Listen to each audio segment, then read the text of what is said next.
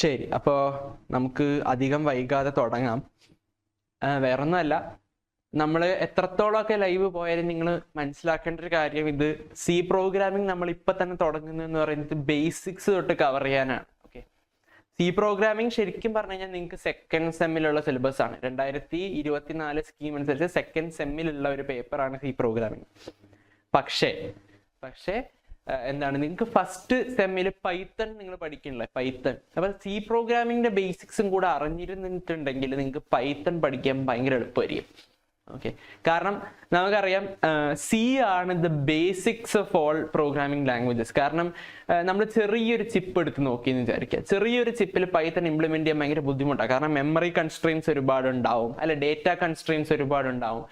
Python ഒരു interpreted language ആണ്. Python ഒരു ഇന്റർപ്രറ്റഡ് ലാംഗ്വേജ് ആണ്, വേറെ C is A compiled language. അപ്പൊ പൈത്തൺ എക്സിക്യൂട്ട് ചെയ്യാൻ വേണ്ടിയിട്ട് ഇന്റർപ്രറ്ററും കോഡും എല്ലാം നമ്മൾ മെമ്മറിയിലേക്ക് കയറ്റണം. അപ്പൊ ചെറിയൊരു ചിപ്പിൽ പൈത്തൺ ഇടാൻ പറ്റുമോ? ഭയങ്കര ബുദ്ധിമുട്ടാണ് പൈത്തൺ ഇടാൻ. കാരണം എന്താണ്, അതിനകത്ത് ഇന്റർപ്രറ്ററും ഇതെല്ലാം കൂടെ ലോഡ് ചെയ്യാനായിട്ടുള്ള മെമ്മറി ചെറിയ ചിപ്സിൽ കാണില്ല. അപ്പൊ അതുകൊണ്ട് തന്നെ ചെറിയ ചിപ്സിലൊക്കെ സി, എംബഡഡ് സി തുടങ്ങിയ ലാംഗ്വേജസ് ആണ് നമ്മൾ ഉപയോഗിക്കുന്നത്. സി, എംബഡഡ് സി തുടങ്ങിയ ലാംഗ്വേജുകളാണ് നമ്മൾ ഉപയോഗിക്കുന്നത്. ഓക്കെ അല്ലേ? അപ്പൊ നിങ്ങൾ എന്ത് ചെയ്യുക, പൈത്തൺ പഠിക്കുന്നതിനോടൊപ്പം തന്നെ സിയും കൂടെ ഇപ്പൊ തന്നെ പഠിച്ചു തുടങ്ങുക. അതിനോടൊപ്പം തന്നെ നിങ്ങൾ 4th ഇയറിൽ പ്ലേസ്മെന്റ്സിന് ഇരിക്കുന്ന സമയത്ത് ഏറ്റവും ഇമ്പോർട്ടന്റ് ആയിട്ട് കമ്പനീസ് ചോദിക്കുന്ന സംഗതി C++ ആണ്. പൈത്തൺ പഠിക്കുന്നു, വളരെ നല്ലത്. പക്ഷെ സിയും C++ഉം ബേസിക്സ് ഇപ്പൊ തന്നെ നിങ്ങൾ ക്ലിയർ ചെയ്ത് പോവാ. കമ്പനീസ് എന്തായാലും സിയും C++ഉം ചോദിക്കും. ഇപ്പൊ തന്നെ എന്താണ്, കുറെ കമ്പനീസ്, എല്ലാ കമ്പനീസും കോളേജുകളിൽ വരുന്ന എല്ലാ കമ്പനീസും C++ ചോദിക്കാനുള്ള മെയിൻ കാര്യം എന്താണ് ഞാൻ പറയട്ടെ. ചില കമ്പനീസ് ഓട്ടോമൊബൈൽ ഇൻഡസ്ട്രിയിൽ വർക്ക് ചെയ്യുന്ന കമ്പനീസ് ആയിരിക്കാം. അവിടെയും ഞാൻ ഈ പറഞ്ഞ മെമ്മറി കൺസ്ട്രെയിന്റ് ആണ് അല്ലെ, വളരെ ചെറിയ ചിപ്സിലായിരിക്കും അവർ ഇംപ്ലിമെന്റ് ചെയ്യാൻ നോക്കുന്നത്. അപ്പൊ സിയിൽ മാത്രമേ അവിടെ ഇംപ്ലിമെന്റ് ചെയ്യാൻ ഒക്കത്തുള്ളൂ. പിന്നെ ഒബ്ജക്ട് ഓറിയന്റഡ് ആയിട്ട് ചെയ്യാൻ വേണ്ടിയിട്ട് C++ ആണ്. എന്താണ്, സിയുടെ ഒരു ഒബ്ജക്ട് ഓറിയന്റഡ് ലെവൽ എന്ന് പറയുന്നത് C++ ആണ്. അവിടെയും കമ്പൈലറാണ് നമ്മൾ ഉപയോഗിക്കുന്നത്. അപ്പൊ പൈത്തൺ എന്ന് പറയുന്നത് മെഷീൻ ലേണിംഗ് അങ്ങനത്തെ ആപ്ലിക്കേഷൻസിലൊക്കെ നമ്മൾ ഉപയോഗിക്കുന്നുണ്ട്, കുറെ വെബ് ആപ്സിലൊക്കെ നമ്മൾ ഉപയോഗിക്കുന്നുണ്ടെങ്കിലും സി ആണ് പ്രോഗ്രാമിങ്ങിന്റെ ഒരു ബേസ് എന്ന് മനസ്സിലാക്കുക. ക്വസ്റ്റ്യൻ എഴുതി വെച്ചാൽ പാസ്സാകും എന്ന് പറയുന്നത്, എൻ്റെ പൊന്നു മോനെ, ക്വസ്റ്റ്യൻ എഴുതി വെച്ചിട്ട് പാസ്സാവുകയാണെങ്കിൽ ഇവിടെ ആൾക്കാരിങ്ങനെ സപ്ലി അടിച്ച് കിടക്കുവോ? എല്ലാരും ക്വസ്റ്റ്യൻ എഴുതി പാസ്സാവുകയാണെങ്കിൽ അങ്ങ് പാസ്സായി പോകത്തില്ലേ? അങ്ങനെയാണെങ്കിൽ കാര്യങ്ങൾ എളുപ്പമായല്ലോ. ഈ 4 വർഷം കഷ്ടപ്പെട്ട് എഞ്ചിനീയറിംഗ് കഷ്ടപ്പെട്ട് പരീക്ഷ എഴുതി എന്നെയൊക്കെ എന്ത് ചെയ്യണം? ക്വസ്റ്റ്യൻ അങ്ങ് എഴുതി വെച്ചാൽ പോരായിരുന്നോ? അങ്ങനെയൊന്നുമല്ല. നിങ്ങൾ ശരിക്കും സിസ്റ്റമാറ്റിക് ആയിട്ടിരുന്ന് പഠിച്ചാൽ മാത്രമേ പാസ്സാവത്തുള്ളൂ. ഫസ്റ്റ് ഇയറിലെ പേപ്പർ പോലും ഫെയിൽ ആക്കുന്നുണ്ട് KTU. ഫസ്റ്റ് ഇയറിലെ പേപ്പർ പോലും നല്ല സ്ട്രിക്റ്റ് സ്കീം വെച്ചിട്ടാണ് ഇവാലുവേറ്റ് ചെയ്യുന്നത്. ഫെയിൽ ആക്കുവാണെങ്കിൽ ഫെയിൽ ആക്കുക തന്നെ ചെയ്യും. ഓക്കെ, അപ്പൊ നമ്മൾ ക്വസ്റ്റ്യൻ എഴുതി വെച്ചിട്ടൊന്നും ഒരു കാര്യമില്ല. നിങ്ങളുടെ ഫ്രണ്ട്സിനോടൊക്കെ വരാൻ പറഞ്ഞു. വിത്തൗട്ട് എനി ഫർദർ അഡു നമുക്ക് തുടങ്ങാം. അപ്പൊ കഴിഞ്ഞ ക്ലാസ്സിൽ നമ്മൾ കുറച്ച് ബേസിക്സ് പഠിച്ചു അല്ലെ. നമ്മൾ കഴിഞ്ഞ ക്ലാസ്സിൽ എന്ത് പഠിച്ചു? ബേസിക്സ് കവർ ചെയ്തു. ഓക്കെ, ബേസിക്സ് കവർ ചെയ്തു ആണല്ലോ. ഓക്കെ, നമ്മൾ ബേസിക്സ് കവർ ചെയ്തു. അപ്പൊ ബേസിക്സ് പറയുന്ന സമയത്ത് നമ്മൾ കമ്പ്യൂട്ടർ ആർക്കിടെക്ചറിനെ പറ്റിയിട്ട് പറഞ്ഞു അല്ലെ. അപ്പൊ കമ്പ്യൂട്ടർ എന്ന് പറയുന്നത് അല്ലെ, ഞാൻ ജസ്റ്റ് ഒന്ന് റീക്യാപ്പ് ചെയ്യുകയാണ്, കാരണം ഇത് ഇമ്പോർട്ടൻ്റ് ആണ്. ഇത് പറഞ്ഞില്ല എന്നുണ്ടെങ്കിൽ നിങ്ങൾ നോട്ട് ചെയ്ത് വെക്കുക. കമ്പ്യൂട്ടർ എന്നുള്ളത് like any other machine is A machine that processes inputs. And gives what outputs. It's a machine that processes the inputs and gives what outputs. അപ്പം a computer is used to simplify our day-to-day tasks. അല്ലെങ്കിൽ നമ്മൾ കൊടുക്കുന്ന keywords അല്ലെങ്കിൽ programmes ഒക്കെ നമ്മൾ എന്തിനാണ് ഉപയോഗിക്കുന്നത്? Is to simplify task. അപ്പോൾ to simplify tasks, there is certain level of processing that needs to be done. ഈ പ്രോസസ്സ് ചെയ്യുന്ന യൂണിറ്റ്, പ്രോസസ്സ് ചെയ്യാൻ വേണ്ടി പല യൂണിറ്റ്സ് ഉപയോഗിക്കാം. One of that units is A central processing unit അല്ലെങ്കിൽ CPU. സത്യം പറഞ്ഞു കഴിഞ്ഞാൽ നമ്മുടെ സെൻട്രൽ പ്രോസസ്സിംഗ് യൂണിറ്റിലെ മെയിൻ കമ്പോണന്റ് ആണ് നമ്മൾ ഈ പ്രോസസ്സർ. i5, i7, Ryzen എന്നൊക്കെ പറയുന്നില്ലേ, ആ പ്രോസസ്സറാണ് നമ്മുടെ CPU-യുടെ കോർ അല്ലെ. അവിടെയാണ് എന്ത് നടക്കുന്നത്? ടാസ്കുകൾ റൺ ആവുന്നത്.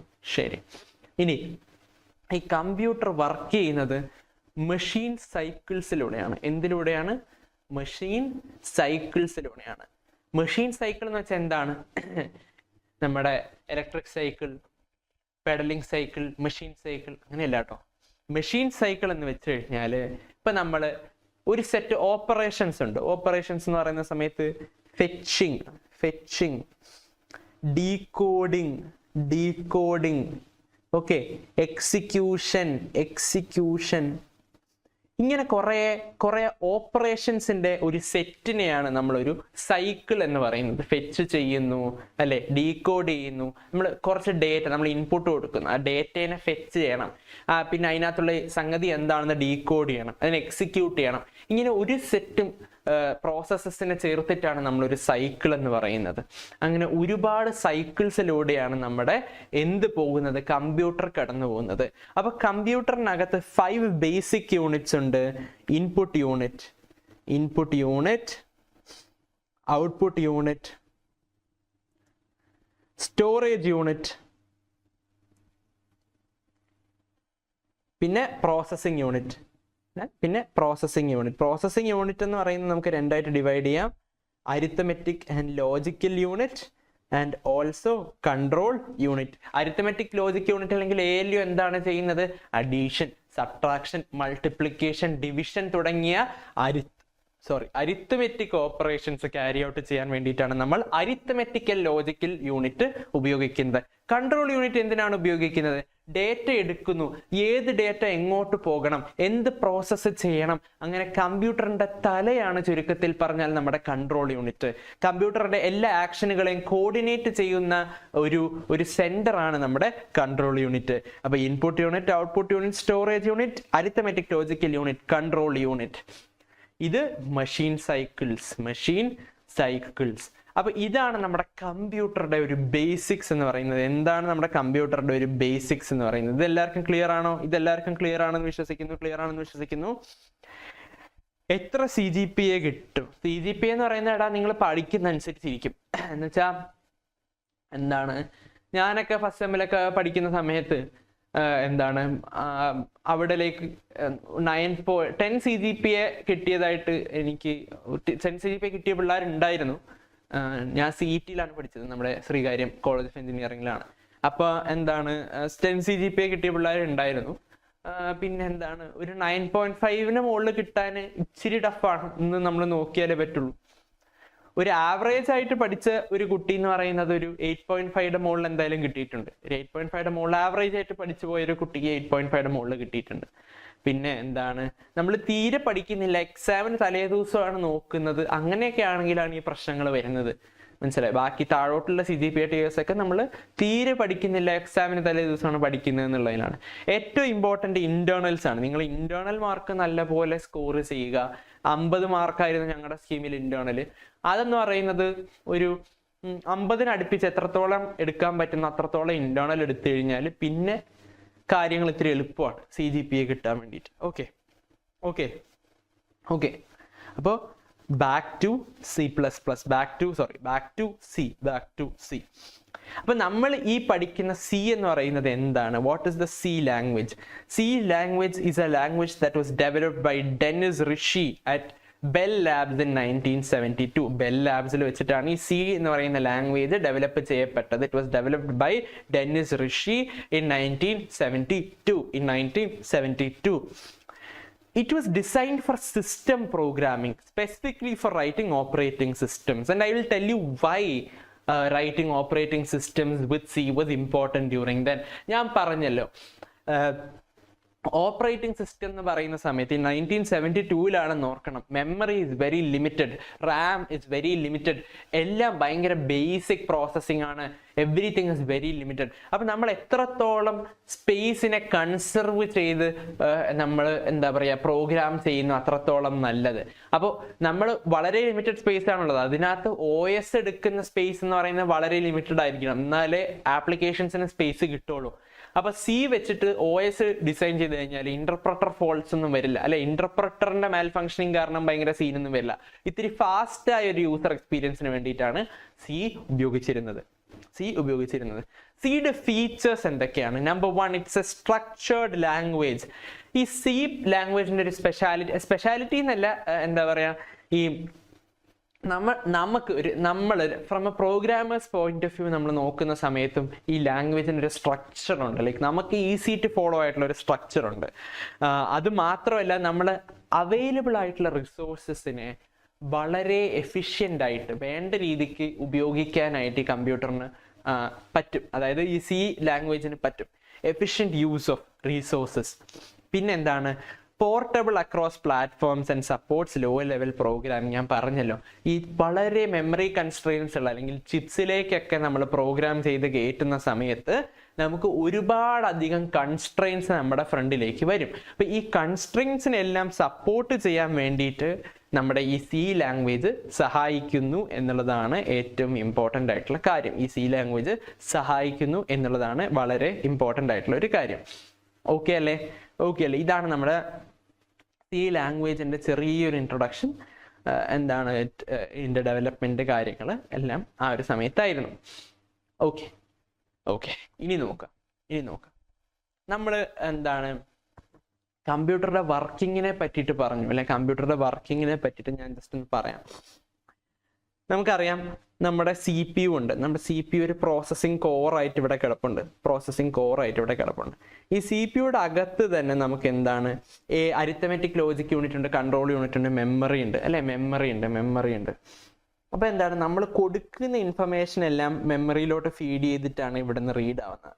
പിന്നെ ഇടയ്ക്ക് വെച്ചിട്ട് എന്താ പറയുക, പ്രോസസ്സിന്റെ ഇടയ്ക്ക് വെച്ചിട്ട് നമുക്ക് മെമ്മറിയുടെ ആവശ്യമുണ്ട്, മെമ്മറി ആക്സസ് ചെയ്യേണ്ട ആവശ്യമുണ്ട്. കാരണം നമ്മൾ ഡേറ്റ സ്റ്റോർ ചെയ്ത് വെച്ചിരിക്കുകയാണ്, ഔട്ട്പുട്ട് പ്രോസസ്സ് ചെയ്തെടുക്കുന്നു. അപ്പം ഇങ്ങനെയൊക്കെ നമുക്ക് മെമ്മറി ആക്സസ് ചെയ്യേണ്ട ആവശ്യമുണ്ട്.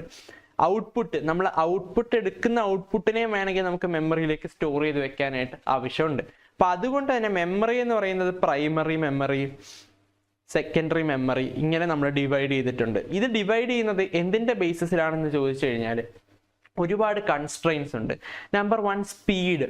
ഓക്കെ, നമ്മളൊരു പ്രോസസ്സ് ചെയ്തുകൊണ്ടിരിക്കുന്ന സമയത്ത് എന്താണ്, we want fast access and retrieval of data അല്ലെ? നമ്മൾ കൊടുക്കുന്ന ഡേറ്റ ആയിക്കോട്ടെ, നമ്മൾ എടുക്കുന്ന ഡേറ്റ ആയിക്കോട്ടെ, പെട്ടെന്ന് തന്നെ ഒരു പ്രോസസ്സിന്റെ ഇടയ്ക്ക് അധികം ടൈം എടുക്കാതെ തന്നെ നമുക്ക് പെട്ടെന്ന് ഡേറ്റ എടുത്ത് പ്രോസസ്സിലേക്ക് ഫീഡ് ചെയ്യാനായിട്ട് പറ്റണം. അപ്പോൾ വി നീഡ് സ്പീഡ് ഒപ്റ്റിമൈസ് ആവുമ്പോൾ, സ്പീഡ് കൂട്ടണമെങ്കിൽ എന്ത് സംഭവിക്കും, നമ്മുടെ വോളറ്റൈലിറ്റിയും കൂടും. Volatility in the sense random access memory. എന്താണ് random access memory? It's a volatile form of memory അല്ലെ? നമ്മൾ പവർ ഓഫ് ചെയ്യുന്ന സമയത്ത് എന്ത് സംഭവിക്കും, മെമ്മറി എന്താണ് പെർമനന്റ് ആയിട്ട് നമ്മൾ എറേസ് ആവും. പവറിന്റെ ബേസിസിലാണ് ഈ മെമ്മറി വർക്ക് ചെയ്യുന്നത്. നമ്മൾ പവർ ഓഫ് ചെയ്യുന്ന സമയത്ത് എറേസ് ആവും, പെർമനന്റ് ആയിട്ട് സ്റ്റോർ ചെയ്യാൻ പറ്റത്തില്ല. പക്ഷെ ഇങ്ങനത്തെ ഒരു മെമ്മറിയുടെ ഗുണം എന്താണെന്ന് വെച്ചാൽ വളരെ ഫാസ്റ്റ് ആയിട്ടുള്ള ആക്സസ് ടൈംസ് ആയിരിക്കും നമ്മുടെ റാമിനകത്ത് നടക്കുന്നത്. ഓക്കെയാണ്. അപ്പൊ സ്പീഡ് കൂടുന്ന സമയത്ത് എന്ത് സംഭവിക്കും, വോളറ്റൈലിറ്റി കൂടും. ഇനി രജിസ്റ്റേഴ്സ് എന്ന് പറഞ്ഞൊരു ചിപ്പ് ലെവൽ മെമ്മറി ഉണ്ട്. രജിസ്റ്റേഴ്സ് എന്ന് പറഞ്ഞാൽ വളരെ സ്മോൾ ഇൻഫർമേഷൻ ആണ് നമുക്ക് രജിസ്റ്റേഴ്സിൽ സ്റ്റോർ ചെയ്യാൻ പറ്റുക. അത് റാമിനേക്കാളും സ്പീഡിൽ ആക്സസ് ചെയ്യാൻ വേണ്ടിയിട്ട് നമുക്ക് ചിപ്പിന്റെ അടുത്ത് തന്നെ, ചിപ്പിൽ തന്നെ രജിസ്റ്റേഴ്സ്, നമ്മൾ ബേസിക് യൂണിറ്റ് ഓഫ് മെമ്മറിയാണ് രജിസ്റ്റേഴ്സ്, ബേസിക് ആയിട്ടുള്ള ഒരു മെമ്മറി യൂണിറ്റ് ആണ്. അപ്പൊ ഈ രജിസ്റ്റേഴ്സിനെ ഉപയോഗിച്ചുകൊണ്ട് നമുക്ക് പെട്ടെന്ന് പ്രോസസ്സ് നടന്നുകൊണ്ടിരിക്കുന്നതിന്റെ ഇടയ്ക്ക് വേണ്ടിയിട്ട് നമുക്ക് ഡേറ്റ എടുക്കാം. പ്രോസസ്സിന് വേണ്ടിയിട്ടുള്ള ഡേറ്റയും കാര്യങ്ങളൊക്കെ റാമിൽ സ്റ്റോർ ചെയ്യാം, റാമിൽ ചെറുതായിട്ടുള്ള സംഗതികൾ ഹോസ്റ്റ് ചെയ്യാം. പ്രോസസ്സിന്റെ ഇടയ്ക്ക് പെട്ടെന്ന് ഡേറ്റ ഫെച്ച് ചെയ്യാൻ നമുക്ക് രജിസ്റ്റേഴ്സിനെ ആക്സസ് ചെയ്യാം. ഓക്കെ, അപ്പൊ അങ്ങനെ 2 യൂണിറ്റായി. പിന്നെ ഒരു യൂണിറ്റ് എന്ന് പറയുന്നത് റീഡ് ഓൺലി മെമ്മറി അല്ലെങ്കിൽ റോം ആണ്. റോം എന്താണ്, നമ്മൾ സ്റ്റാർട്ട് ചെയ്യുന്ന സമയത്ത് കുറച്ച് ഇൻഫർമേഷൻ ആവശ്യമുണ്ട് നമ്മുടെ കമ്പ്യൂട്ടറിന് സ്റ്റാർട്ട് ആവാൻ വേണ്ടിയിട്ട്.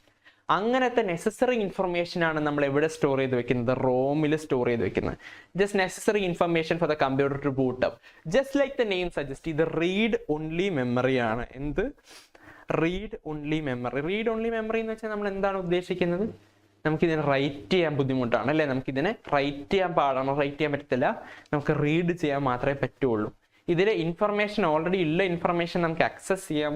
പുതിയ ഇൻഫർമേഷൻ ഫീഡ് ചെയ്യുന്നെന്ന് പറയുന്നത് ഇത്തിരി ഹെർക്കൂലിയൻ ആയിട്ടുള്ള ടാസ്ക്കാണ്, നടപടിയാവാത്ത കേസാണ്. നമുക്ക് ഒരുപാട് ഇൻഫർമേഷൻ എക്സ്ട്രാ ആയിട്ട് ഇതിനകത്ത് സ്റ്റോർ ചെയ്യാനായിട്ട് എന്ത് ചെയ്യത്തില്ല, പറ്റത്തില്ല. അപ്പോൾ നമ്മൾ ചോദിക്കുക, നമുക്ക് ഓബ്വിയസ്ലി വരുന്ന ഒരു ക്വസ്റ്റ്യൻ ആണ് അപ്പോൾ നമ്മൾ ഈ ഡേറ്റ എല്ലാം കഴിഞ്ഞിട്ട് നമ്മൾ ഈ ഡേറ്റ എവിടെ സ്റ്റോർ ചെയ്ത് വെക്കുക, അല്ലെങ്കിൽ ഇൻഫർമേഷൻ നമ്മൾ എവിടെ സ്റ്റോർ ചെയ്ത് വെക്കുക, അല്ലെങ്കിൽ നമുക്ക് ഔട്ട്പുട്ട് കിട്ടിക്കഴിഞ്ഞതിന് ശേഷം. അതിനാണ് നമ്മൾ സെക്കൻഡറി മെമ്മറി ഉപയോഗിക്കുന്നത്. സെക്കൻഡറി മെമ്മറി എന്താണ്? യൂഷ്വലി പെർമനന്റ് മെമ്മറി ആയിരിക്കും. നമ്മൾ ഈ പണ്ട് CD ഒക്കെ ഉപയോഗിച്ചുകൊണ്ടിരുന്നു. ഹാർഡ് ഡിസ്ക് ഉണ്ട്, പിന്നെ SSD ഉണ്ട്, solid state drive. SSD solid state drive വേറെ ഒന്നുമില്ല. എന്താണ് HDD അല്ലെങ്കിൽ ഹാർഡ് ഡിസ്ക് എന്താ ചെയ്യുന്നത്? മാഗ്നറ്റിക് ഡിസ്കിലാണ് എന്താണ് ഡേറ്റ സ്റ്റോർ ചെയ്യുന്നത്. സോളിഡ് സ്റ്റേറ്റ് അതിനകത്തൊരു കറങ്ങുന്ന പ്രോസസ് ഉണ്ട്, കറങ്ങുന്ന ഡിസ്ക് ഉണ്ട്. It should rotate. Solid state ഡ്രൈവിൽ റൊട്ടേഷൻ അങ്ങനെ നടക്കുന്നില്ല. സോളിഡ് സ്റ്റേറ്റ് ആയിട്ടാണ് നമ്മുടെ മെമ്മറിനെ ആക്സസ് ചെയ്ത് സ്റ്റോർ ചെയ്ത് വെക്കുന്നത്. അതിനകത്ത് ഇന്റേണൽ പ്രോസസ്സ് ഞാൻ പറയുന്നില്ല. സോളിഡ് സ്റ്റേറ്റിലാണ് നമ്മൾ മെമ്മറി ആക്സസ് ചെയ്ത് വെക്കുന്നത്. അപ്പോൾ ഈ റൊട്ടേഷൻ ഒക്കെ ടൈം കൺസ്യൂമിങ് ആണ്. Solid state drives are faster than hard disks. Okay, ഇതൊക്കെ അറിയാവുന്ന കാര്യങ്ങളായിരിക്കും. അപ്പം secondary memory HDDs are cheaper than SSDs, but SSDs are faster. Secondary memory is used for what? Permanent storage. Permanent storage. വരുന്നില്ലല്ലോ. Hard disk are used for permanent storage. Okay അല്ലേ? Clear അല്ലേ? എന്തെങ്കിലും doubts ഉണ്ടോ? Doubts ഉണ്ടെങ്കിൽ ചോദിക്കാം. Okay, clear ആണെന്ന് ഞാൻ വിശ്വസിക്കുന്നു. ഓക്കെ.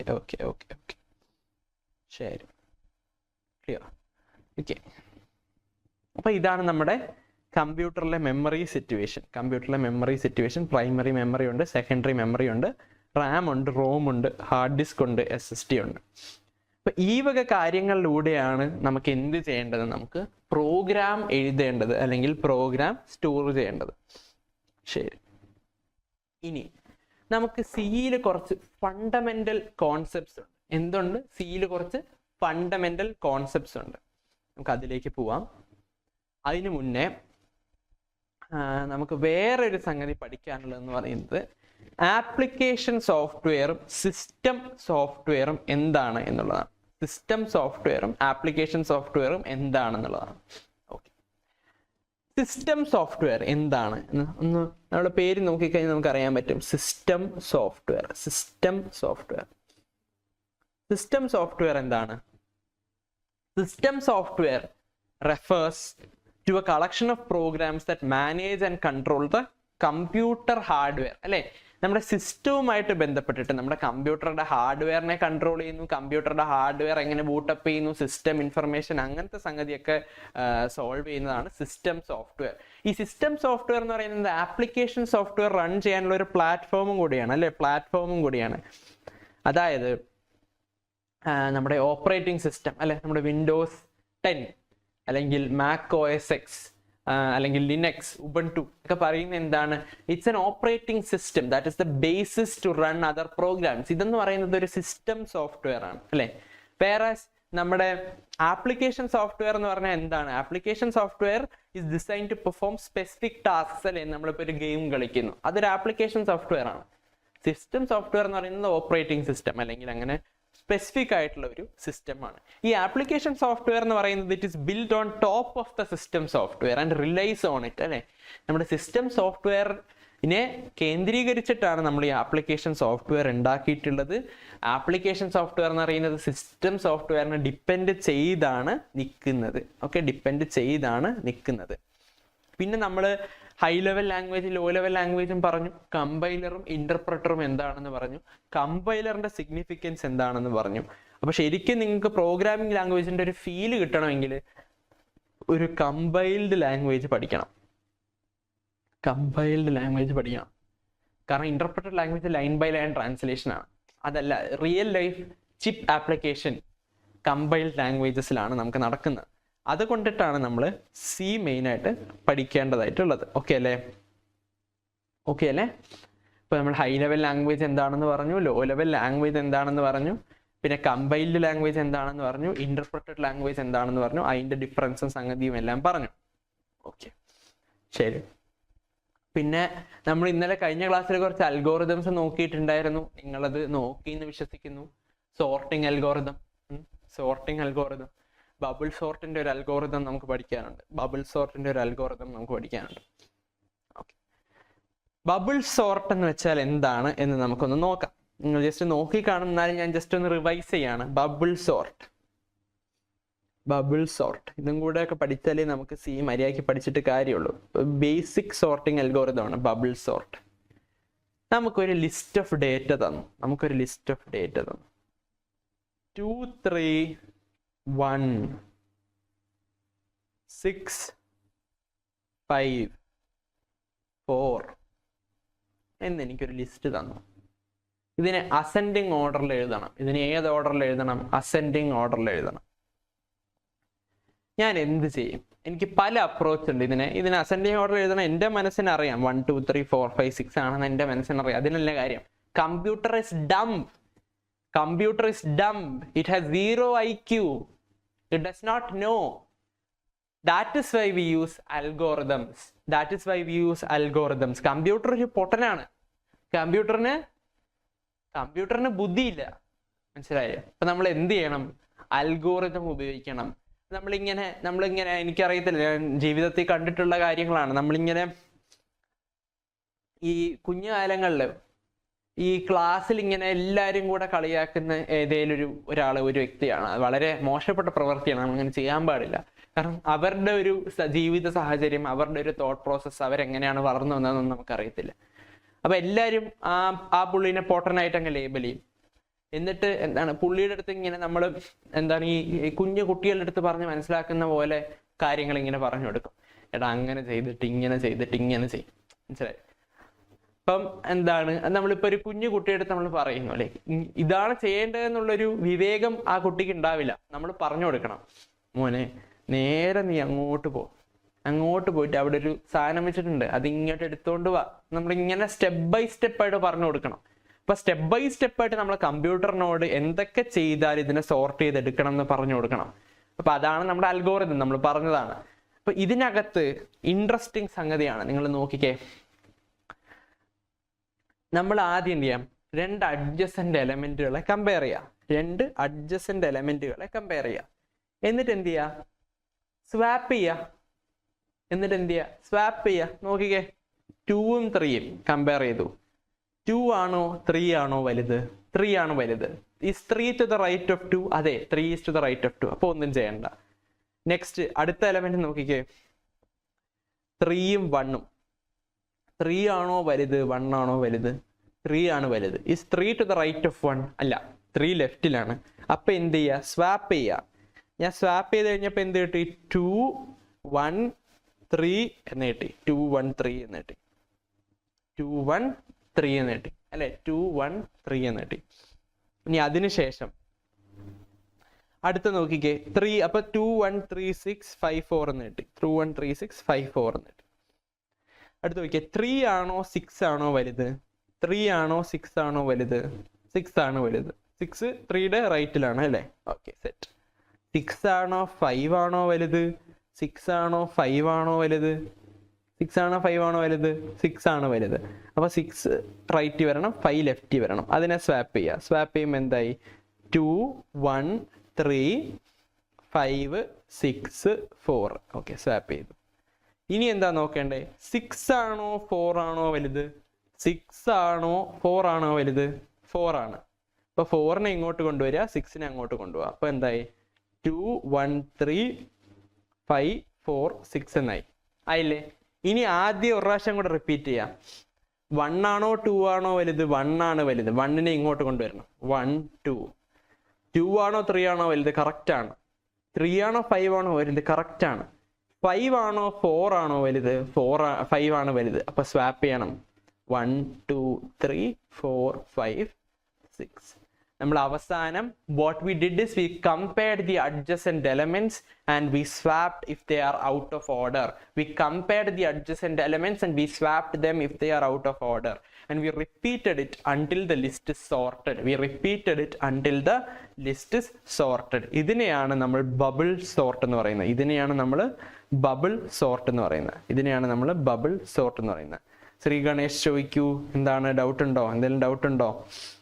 സാറിന്ന് വിളിച്ചിട്ടുണ്ട്, ചോദിച്ചോളൂ. എന്തെങ്കിലും ഡൗട്ട് ഉണ്ടെങ്കിൽ പറയൂ. ഓക്കെ, ഇതിനെയാണ് നമ്മൾ ബബിൾ സോർട്ട് എന്ന് പറയുന്നത്. ബബിൾ സോർട്ടിംഗ് അൽഗോറിതം നമ്മൾ പറയുന്നത്. വേറെ ഒന്നുമില്ല, ഒരു ലിസ്റ്റ്, ഞാൻ ഒരു പ്രാവശ്യം കൂടെ ഒരു എക്സാമ്പിൾ പറഞ്ഞുതരാം. ഒരു ലിസ്റ്റ് എടുക്കുക, ആ ലിസ്റ്റിനകത്തുള്ള 2 എലമെന്റ്സിനെ കമ്പയർ ചെയ്യുക, റിപ്പീറ്റ് ചെയ്തുകൊണ്ടേയിരിക്കുക. Okay, for example 4 5 3 2 1 6.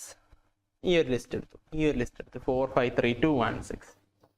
ഫസ്റ്റ് ഞാൻ എന്ത് ചെയ്തു, 4ഉം 5നെയും കമ്പയർ ചെയ്തു, കറക്റ്റ് ആണ്. 5നെയും 3നെയും കമ്പയർ ചെയ്തു, സ്വാപ്പ് ചെയ്യണം. ഇപ്പൊ ഞാൻ സ്വാപ്പ് ചെയ്തു 4 3 5 2 1 6. ഇനി എന്താണ്, 5നെയും 2നെയും കമ്പയർ ചെയ്യണം, സ്വാപ്പ് ചെയ്യണം. 4 3 2 5 1 6. ഇനി എന്താണ്, 5നെയും 1നെയും കമ്പയർ ചെയ്യണം, സ്വാപ്പ് ചെയ്യണം. 4 3 2 1 5 6. ഇനി എന്താണ്, 4നെയും 5നെയും 6നെയും കമ്പയർ ചെയ്യണം, സ്വാപ്പ് ചെയ്യണം. സ്വാപ്പ് ചെയ്യേണ്ട ആവശ്യമില്ല, 6 തന്നെയാണ്. അപ്പൊ നമ്മൾ ഫസ്റ്റ് ഐട്രേഷനിൽ ഏറ്റവും വലിയ എലമെന്റിനെ ഇങ്ങറ്റത്ത് കൊണ്ടുവന്നു, അല്ലെ, ഏറ്റവും വലിയ എലമെന്റിനെ ഇങ്ങറ്റത്ത് കൊണ്ടുവന്നു. ഇനി അടുത്ത ഐട്രേഷൻ ചെയ്യുന്ന സമയത്ത് നമുക്ക് ഇങ്ങോട്ട് നോക്കണ്ട, ഇവിടെ ഇടയ്ക്ക് കമ്പയർ ചെയ്താൽ മതി, അല്ലെ, ഇതുവരെ കമ്പയർ ചെയ്താൽ മതി.